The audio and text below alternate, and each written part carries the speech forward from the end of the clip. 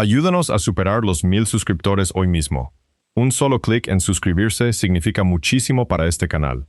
Una bandera ondea 100 veces al día sobre una franja de costa del Golfo más pequeña que el estado de Nueva Jersey.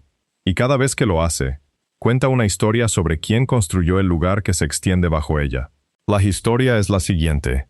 A principios del siglo XVIII, nómadas cruzaron desde el desierto central de Arabia, encontraron un puerto natural, construyeron un pequeño fuerte y se convirtieron en una nación, una migración, un linaje, una fundación. Sin embargo, un estudio genómico realizado por el propio Instituto Nacional de Investigación del país descubrió algo que la historia fundacional jamás había explicado. No se trataba de una sola población bajo esa bandera, sino de tres grupos genéticamente distintos, diferenciados con la suficiente confianza estadística como para que los investigadores pudieran relacionar el grupo de ADN de una persona con su apellido con una precisión normalmente reservada para las pruebas de paternidad.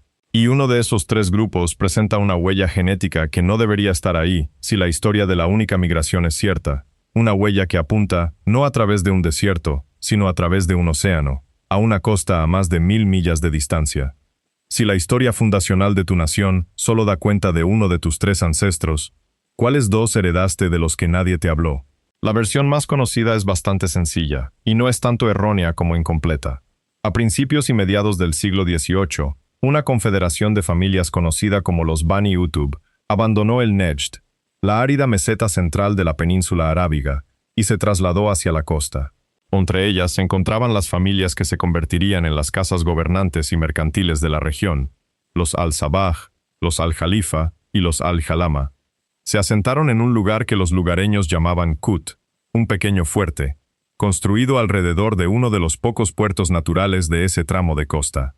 De ese puerto surgió una economía basada en la pesca de perlas y el comercio con daos, que, a finales del siglo XIX, convertiría a este lugar en uno de los pequeños puertos más ricos del Golfo. La identidad nacional que se forjó en torno a esta historia se basaba firmemente en la genealogía.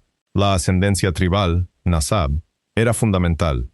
La ley de ciudadanía, la estructura social, incluso la división histórica entre Hadhar, los habitantes sedentarios de las ciudades, y Badú, los beduinos tribales, todo se enmarcaba dentro de un mismo contexto. Se trataba de una población árabe, descendiente de tribus árabes, sin más. Luego, la riqueza petrolera llegó en el siglo XX, e hizo lo que suele hacer con los mitos fundacionales. Los solidificó. Una nación árabe homogénea y de raíces tribales se convirtió no solo en una historia, sino en un motivo de orgullo, repetido con tanta frecuencia que dejó de sonar como una afirmación para convertirse en un hecho. Ninguna guerra interrumpió esa historia. Ninguna hambruna la interrumpió. Ningún colonizador la reescribió. Sobrevivió, prácticamente intacta, durante casi 300 años. Pero el mismo puerto que forjó la fortuna de las perlas también construyó algo más, una ruta marítima. Y las rutas marítimas no solo transportan perlas, transportan personas. La historia de su fundación da cuenta de lo que llegaba en camello, pero dice mucho menos sobre lo que llegaba en dhow. Aquí es donde la cosa se complica. En 2013, un equipo liderado por el genetista Osama Al-Smadi del Instituto de Diabetes Dasman, el Centro Nacional de Investigación de Kuwait, publicó en la revista PLOS ONE un análisis genómico de 572.366 marcadores genéticos recopilados de 273 ciudadanos kuwaitíes. Imagínelo como un escaneo de huellas genéticas de toda la población a la vez, no buscando un solo marcador, sino cientos de miles, permitiendo que la agrupación estadística clasifique a las personas en grupos según su ascendencia común, de la misma manera que una huella dactilar clasifica a los sospechosos en la escena de un crimen. El software no devolvió una sola población, devolvió tres. Los investigadores los denominaron Kuwait P, Kuwait S y Kuwait B. Kuwait P se agrupó con la ascendencia persa, familias con raíces al otro lado del mar, en Irán, históricamente conocidas en Kuwait como la comunidad Aham. Kuwait S se agrupó con las tribus sedentarias que habitan en ciudades, de ascendencia saudí, la coincidencia genética más cercana a la historia fundacional oficial. Y Kuwait B se agrupó con la población beduina nómada que vive en tiendas de campaña, supuestamente la más auténticamente árabe de las tres. el linaje que todo el mito nacional se construyó para honrar. La agrupación no fue imprecisa ni especulativa. Los investigadores contrastaron los grupos genéticos con los apellidos familiares y hallaron una concordancia estadística tan estrecha, un resultado de la prueba de Mantel con un valor P de 0,0001, que, en la mayoría de los casos, el apellido de una persona por sí solo podía predecir a qué grupo genético pertenecía.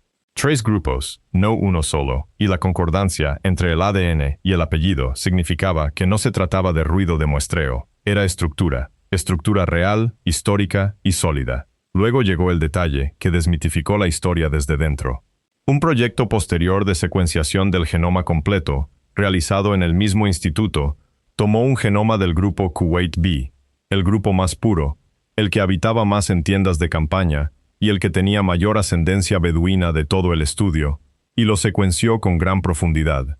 Lo que encontraron en ese genoma fue aproximadamente un 17% de ascendencia africana. No se trata del grupo persa, ni de un cuarto grupo separado e inexplicable, que se integró silenciosamente desde la costa. Se trata del grupo beduino, el que la historia fundacional considera el linaje original e inalterado de la nación. Los investigadores vincularon esta señal con los movimientos nómadas históricos a través de los desiertos de la península arábiga y el norte de África, una tradición antigua, compleja y arraigada durante generaciones. Limpio, predecible. Así prometía el mito que sería el genoma beduino, no lo hizo. Los investigadores se cuidan de presentar esto como un patrón a nivel poblacional, en lugar de un veredicto sobre una familia en particular. La agrupación genética describe promedios e historia, no la identidad personal. Pero, promediado en todo un subgrupo, el 17% no es un error de redondeo, es una señal distintiva, y se encuentra dentro del único grupo que la historia fundacional insistía en que era el auténtico. Así pues, el grupo creado para representar la pureza árabe resulta ser, genéticamente, el más diluido de los tres, mientras que el grupo persa, el más visiblemente ajeno a la historia nacional, es al menos la única pieza de este rompecabezas que tiene una explicación documentada. Porque hay una explicación para Kuwait B. Familias de origen persa se asentaron a lo largo de esta costa en sucesivas oleadas vinculadas a siglos de comercio en el Golfo. Algunas llegaron hace más de 200 años, otras tan recientemente como a principios del siglo XX, durante el auge petrolero, atraídas por el mismo motor económico que construyó los puertos.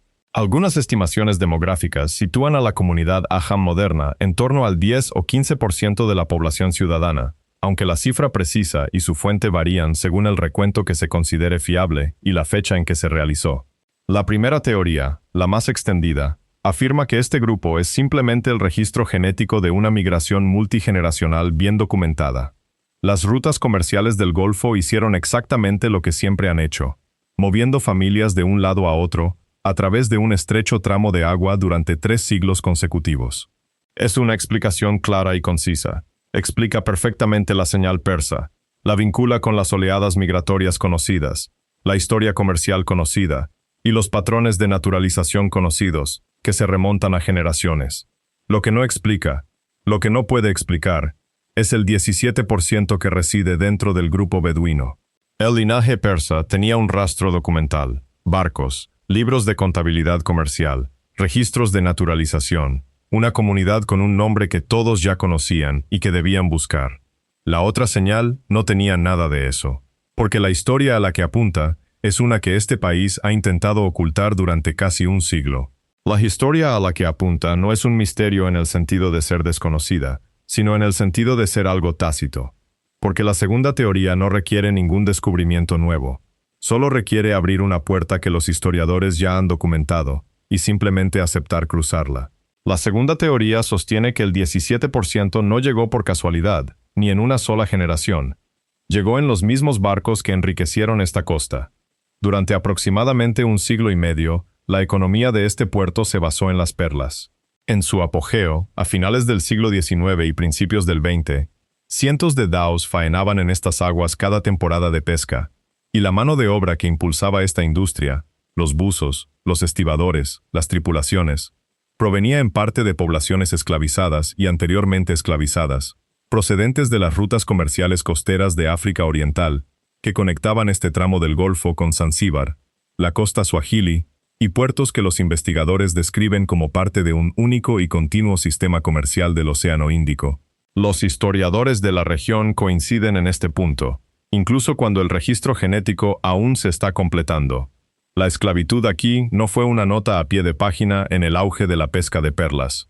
Fue una parte fundamental del mismo. Y no terminó de forma silenciosa ni temprana. La abolición legal no llegó hasta 1949, lo que la convierte en una de las aboliciones más tardías en todo el Golfo. Lo que sucedió con esa población después es la parte que la mitología nacional suele omitir. Sus descendientes se integraron a la ciudadanía en general a lo largo de las generaciones. Se incorporaron, contrajeron matrimonio con otras personas, se integraron en vecindarios y redes familiares. Pero ocupan lo que los investigadores que estudian la política de identidad del Golfo describen, con cautela, como una posición poco documentada en la historia nacional.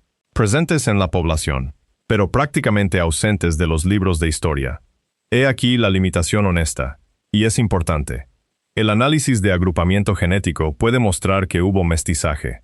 Por sí solo, no puede indicar con exactitud cuándo, en cuántas oleadas distintas, ni en qué proporciones contribuyó cada oleada. Un análisis genómico posterior del mismo Instituto de Investigación QIT describió la estructura demográfica del país como un reflejo del flujo genético histórico reciente desde África Occidental y Subsahariana hacia la península arábiga. Real, documentado, en el ADN, pero los investigadores son cautelosos al señalar que la cronología precisa sigue siendo una cuestión abierta, no una cuestión resuelta. Y aquí está el detalle que deshace algo que incluso la teoría 1 dejó en pie. El estudio original de 2013 no solo encontró 3 recuadros limpios y separados. Cuando los investigadores examinaron detenidamente el grupo de beduinos con apellidos coincidentes, el que ya presentaba esa señal africana del 17%, también encontraron leves rastros que se extendían a los otros 2 grupos. Pequeños hilos de ascendencia persa dentro del grupo de los beduinos. Pequeños hilos de ascendencia africana dentro del grupo de los persas. No el diagrama ordenado de 3 recuadros que un mito fundacional desearía. Algo más parecido a 3 círculos superpuestos que habían estado en contacto durante más tiempo del que nadie había datado. Ningún grupo dentro de esta población resultó ser tan hermético como lo requería la narrativa nacional.